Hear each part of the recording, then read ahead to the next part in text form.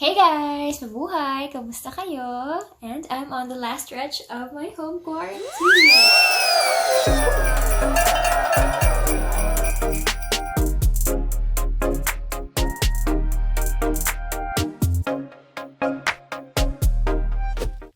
Well, before we talk about the airport, before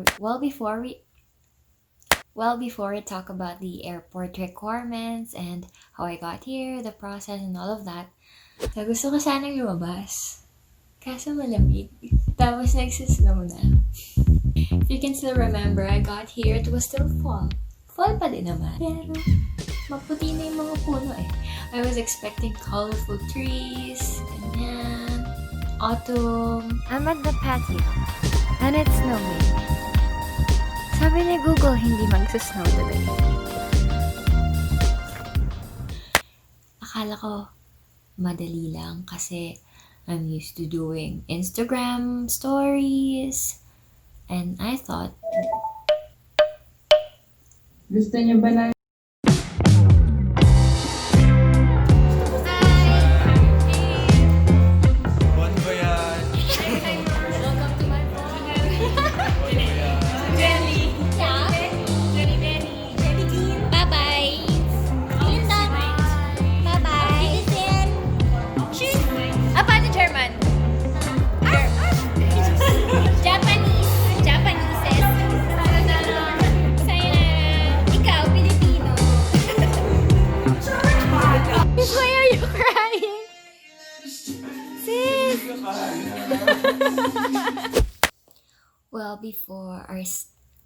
before I start talking about our main topic for today, which is the airport requirements and my experience going here and all of that, magchikahan muna tayo.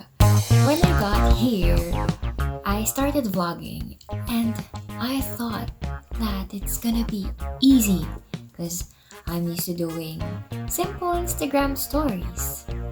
But no, YouTube and vlogging is a whole different thing. And I can't imagine other people do it. An 8 to 10 minute video on a daily. Hopefully it gets easier. Maybe, dahil din kasi I'm just inside. Siguro kapag pwede na akong lumabas, I'd be able to do a much more creative videos. Girl, hindi pa ikaw nag-edit ang video mo. Hey Google, what's the temperature outside? In Edmonton right now, it's -5 degrees. Due to current wind conditions, it feels like it's -10. For this vlog, I'll be talking about my experience on traveling from the Philippines to Canada. But this is just my experience. It'll be different because I think they're still constantly changing the regulations and the process. Kasi nagbabago yung situation, yung lockdowns, pa iba-iba din ngayon, depende sa cases. So, eto lang yung for me. Before you plan on traveling outside of the country, before you book that ticket, you have to make sure that you have a valid visa. Each country have different requirements and you have to check on that first before planning to travel outside of the country, outside of the Philippines. Sa Canada, they have their official website, which is canada.ca.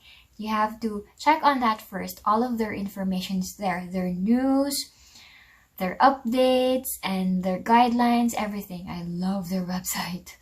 Kasi for me, it's easy to navigate sa website nila. In Canada, they're allowing non-Canadian citizen or non-permanent resident card holder as long as you meet certain conditions.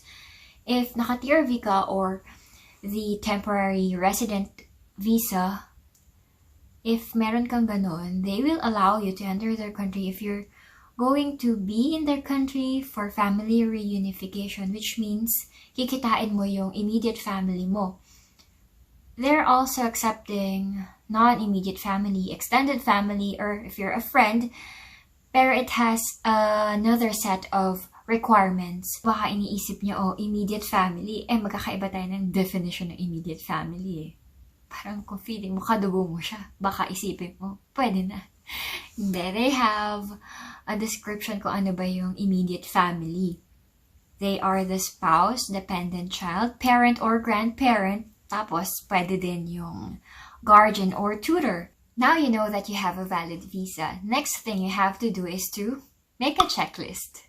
Ano ba yung dapat ilagay sa checklist maliban sa mga padala, mga pasalubong? It's important to make a checklist of the documents that you'll be bringing. Sa akin, nilagay ko siya dito. Huwag niyo kalilimutan na hand carry niyo siya. Baka ma-check-in niyo.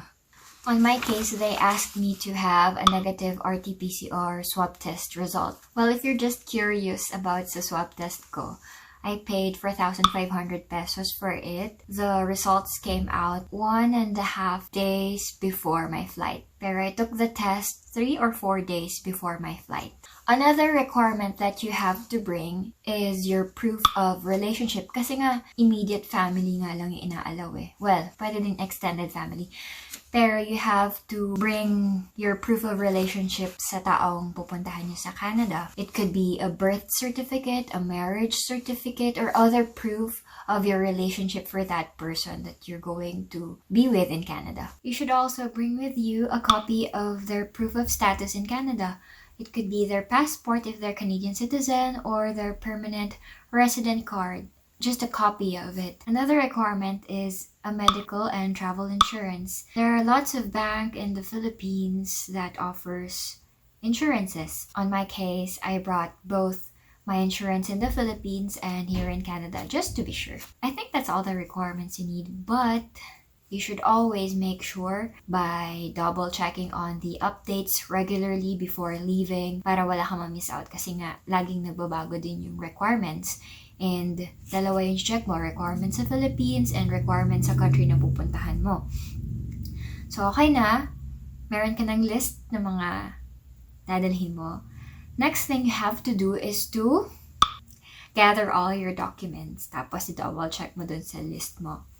Philippine insurance, Canadian insurance, marriage certificate, RT-PCR result, permanent resident card. Yung process, now, okay na yung mga dadalhin mo. Yung process, at that time, sa airport pa lang, before going inside the airport, yung security, hiningi niya na yung copy ng RT-PCR negative swab test ko. Again, different na nga yung test na nire-require ngayon, pero baka hingiin na din from there yung result ng test na bago. Another tip, be early kasi iba nga yung process ngayon and pipila ka. So if ayaw mo ma-hassle or ayaw mo yung nagka-cram, be early para ready ka sa mga papers na ilalabas mo, sa mga ipe-prepare mo. Another tip, just bring what you need to bring. And check on your airline kung ilan ba yung luggage allowance mo so you won't go beyond it. Before you check in your luggage, don't forget to pay your travel tax. Well, pwede din namang after kasi sasabihin naman nila yun so i-remind ka nila. Hindi nila ibibigay yung ticket mo if you're not yet paid with your travel tax. At the check-in counter, the ground staff will give you a form that you have to answer. Meron lang dun mga personal information and your reason kung bakit ka pupunta outside of the country. And then you'll have to give that to the immigration officer. After that, you'll now go to the immigration. You'll meet an immigration officer who'll ask you some personal questions, your reason for going out of the country, and then he or she will be checking all the documents that you brought with you and siya yung magde-decide if complete yung documents mo and honest ka and if you're allowed to go outside of the country. Once you're done with the immigration, dadaan ka sa x-ray. Sa x-ray, hand carry mo na lang yung i-x-ray mo. Then you'll have to wait at the boarding gate. During the flight, just enjoy. And marami nakakalimot nito. Huwag niyong ilagay kung saan-saan yung passport niyo, yung documents niyo. Pasok niyo na agad sa hand carry niyo. And then, depending on the ticket that you bought, it could be a direct flight or if you have a multiple leg, just try to... Ako, natulog talaga ako eh. Kasi pagod talaga ako mag-pack. After your flight, you'll be at your port of entry to Canada. There are 2 or 3 port of entries in Canada. It's Vancouver and Toronto. I forgot the other one. My port of entry is Vancouver. Once you go out of the aircraft, lakad onte, you'll see kiosks where you have to scan your passport and declare the goods that you brought with you. Yun na nga. So, don't bring anything na hindi ka naman sure if allowed doon. If hindi ka sure, just declare it.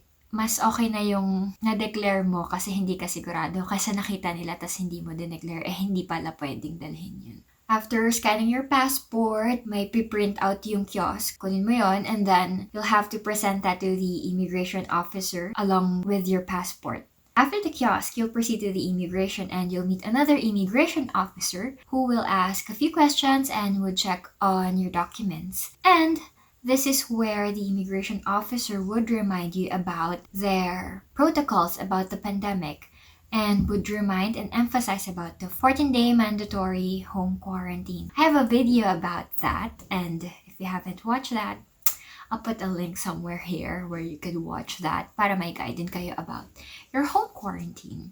So check it out. Once you're done with the immigration officer, welcome to Canada.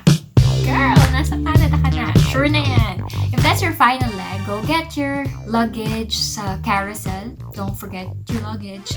If that's not your final leg, proceed to your other boarding gate for your connecting flight. And then, welcome to Canada. Don't forget my 14-day home quarantine ka pa. Girl, ready ka na? I hope I was able to help you prep for your flight. And if you like this video, don't forget to hit that like button, hit that bell button, and don't forget to subscribe. See ya! Bye-bye!